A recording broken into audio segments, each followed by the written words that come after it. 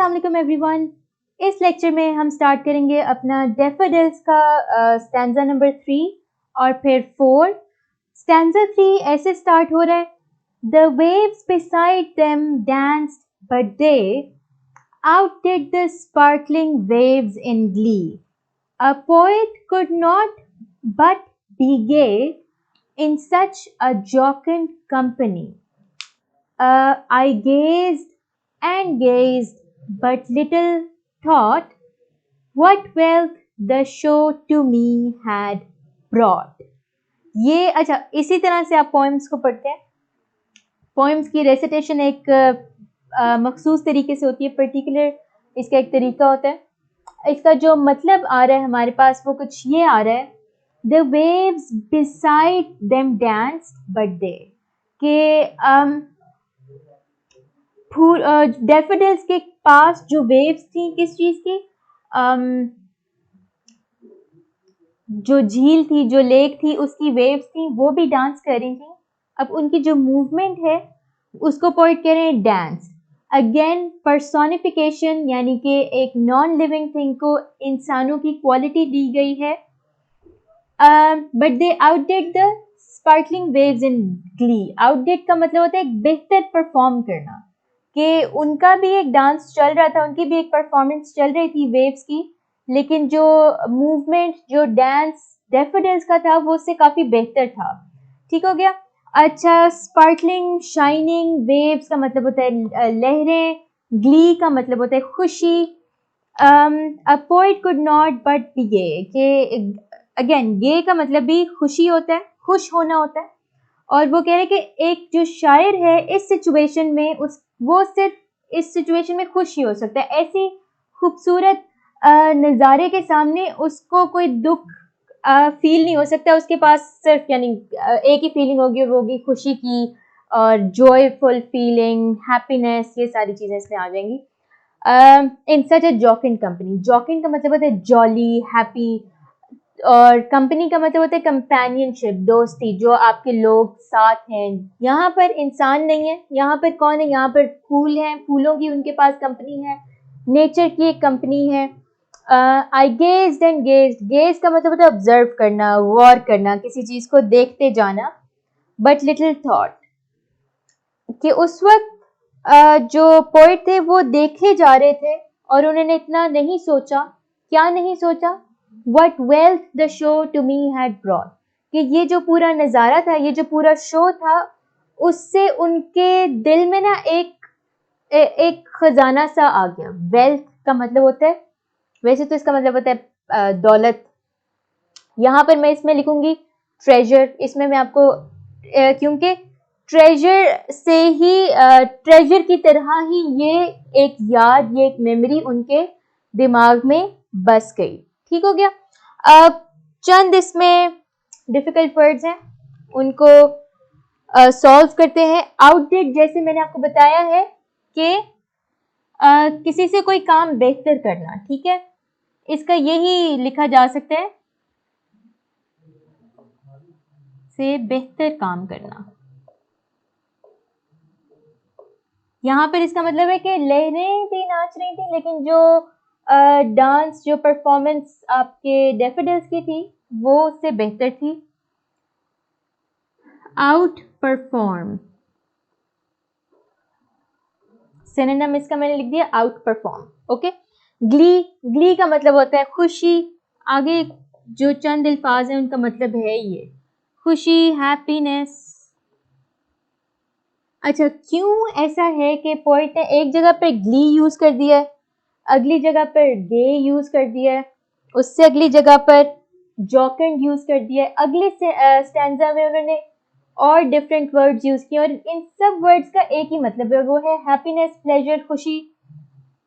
इसका मकसद ये होता है कि जब आप एक वर्ड को रिपीट करते हैं ना, एक कॉम्पोजिशन में, एक पोएम में, कोई ऐसे में, कोई स्टोरी में, तो वो स्टोरी, वो चीज़ बोरिंग हो जाती है और वो अगला बंदा उसमें इंटरेस्ट नहीं लेता इस तरह से।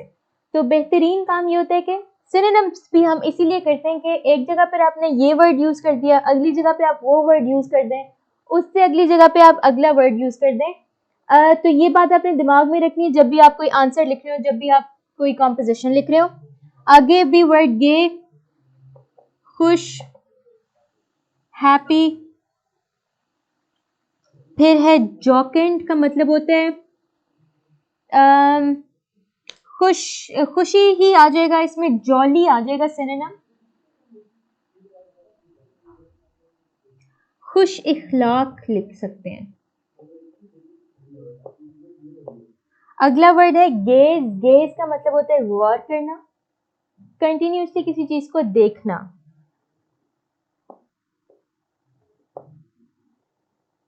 ऑब्जर्व लिख दें इसमें। अगला वर्ड है वेल्थ।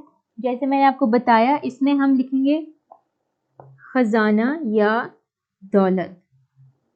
सिनोनिम में हम इसका लिख देंगे, सिनोनिम में हम लिखेंगे ट्रेजर, क्योंकि इस पोएम के मुताबिक, इस मौके के मुताबिक इसका बेस्ट सिनोनिम ट्रेजर बन रहा है। ठीक हो गया। अब हम इसका नेक्स्ट स्टैंजा स्टार्ट करते हैं। अब हमारे पास इस पोएम का आखिरी स्टैंजा है। उससे पहले एक बॉक्स में क्वेश्चन है, how does the poet feel in the company of the daffodils. काफी ऑब्वियस क्वेश्चन है, इसका जवाब ये है कि the poet feels very happy and gleeful in the company of daffodils. ठीक हो गया। आगे हमारे पास जो आखिरी स्टैंजा है वो कुछ इस तरह है, for of when on my couch I lie in vacant or in pensive mood, they flash upon that inward eye which is the bliss of solitude. And then my heart with pleasure fills and dances with the daffodils. ठीक हो गया। अब ये इसका क्या मतलब है, इसमें फॉर ऑफ्ट यहाँ पे एक वर्ड यूज किया पोइट ने, ऑफ्ट। ऑफ्ट शॉर्ट फॉर्म है ऑफन की। When on my couch I lie, यानी कि जब मैं अपने सोफा पर, काउच पर लेटा होता हूँ। इन वेकेंट और इन पेंसिव मूड। वेकेंट का मतलब होता है एम्प्टी, खाली, जब मैं कुछ सोच नहीं रहा होता। पेंसिव का मतलब होता है थॉटफुल, यानी कि ऑपोजिट्स आ गए कि वेकेंट का मतलब है खाली, कुछ ना सोचना, और पेंसिव का मतलब होता है थॉटफुल होना, कंटेम्पलेटिव होना, किसी चीज पर गौर कर रहे होना। दे flash upon that inward I which is the bliss of solitude. ये बड़ी अच्छी, एक बहुत अच्छा वर्स है, जिसका मतलब है कि जब मैं लेटा होता हूँ और मैं कुछ नहीं सोच रहा होता, या जब मैं कुछ सोच रहा होता हूँ, थोड़ा परेशान होता हूँ, तो उस वक्त मेरे दिमाग में, इनवर्ड आई में, मेरे माइंड में, मेरी सोच में क्या आता है,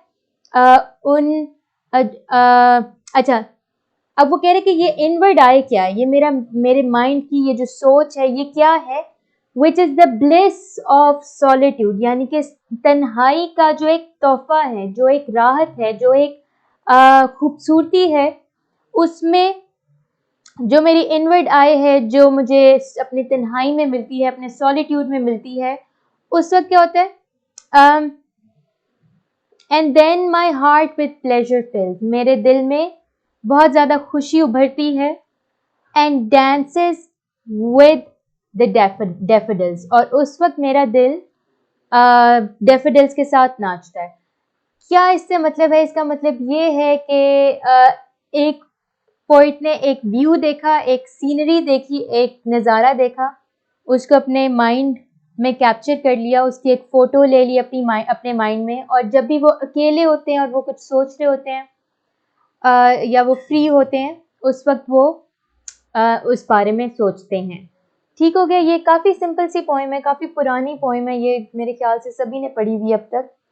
तो इसका इसकी ये एक समरी है, मेन आइडिया है। अब हमारे पास कुछ वर्ड्स हैं जिनको हम सॉल्व करते हैं, मीनिंग्स लिखते हैं। ऑफ्ट, अक्सर, सिनोनिम ऑफ्टन। आगे है वेकेंट। वेकेंट का मतलब होता है खाली, एम्प्टी। ठीक हो गया। आगे हमारे पास वर्ड है पेंसिव, गहरी सोच में।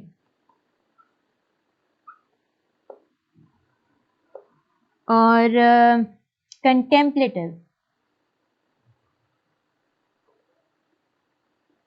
कंटेम्पलेटिव का मतलब होता है थॉटफुल, गहरी सोच में होना, किसी चीज पर बहुत ज्यादा गौर करना। फ्लैश, फ्लैश का भी वही मतलब है, झलक। ग्लैंस, इमेज भी लिख सकते हैं इसमें कि एक झलक मेरे दिमाग में उन डैफोडिल्स की आती है। इनवर्ड आई, इसको क्या लिखें, इसको लिखें सोच। आपके अंदर की जो एक आवाज होती है, आपके अंदर की जो एक आंख होती है, आपके दिमाग में जो इमेज बैठती है, वो ये बात कहना चाह रहे हैं। इनवर्ड आई, इनवर्ड आई के साथ आप कर सकते हैं माइंड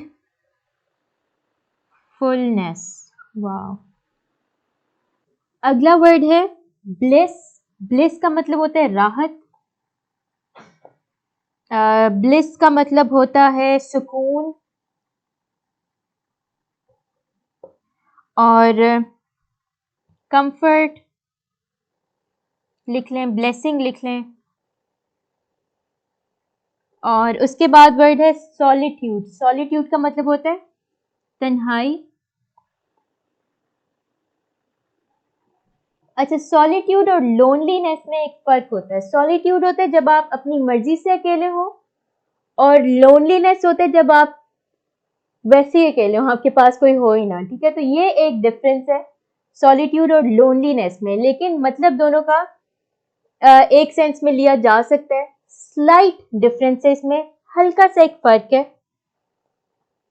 तो मैं इसमें लोनलीनेस नहीं लिख रही, बीइंग अलोन लिख रही हूँ। ठीक है, लोनली होता है तन्हा होना, अकेले होना, दुखी होना। सॉलिट्यूड जो होता है ना, वो एक दुखी सेंस में नहीं कहा जाता। सॉलिट्यूड एक, मुझे ऐसा लगता है कि स्मार्ट सेंस में कहा जाता है, जब एक इंसान अपनी मर्जी से अकेला होता है और उसको एंजॉय करता है। प्लेजर, प्लेजर का मतलब भी वही है, खुशी। और मैं दोबारा वही लिख रही हूँ क्योंकि पोइट ने सारे वर्ड्स खुशी से रिलेटेड इस्तेमाल खुद ही कर लिए हैं। हैप्पीनेस, सुकून, कंफर्ट, कंटेंटमेंट, ये तमाम आपके वर्ड्स हैं डिफ़िकल्ट। डैफोडिल्स के एक्सप्लेनेशन थी, थीम था उसका, मेन आइडिया था। कोई क्वेश्चन हो मुझसे ज़रूर पूछें। मैं आपसे मिलूंगी अगले लेक्चर में, जिसमें मैं आपको इसकी एक्सरसाइजेस स्टार्ट करवाऊंगी। तब तक के लिए अल्लाह हाफ़िज़।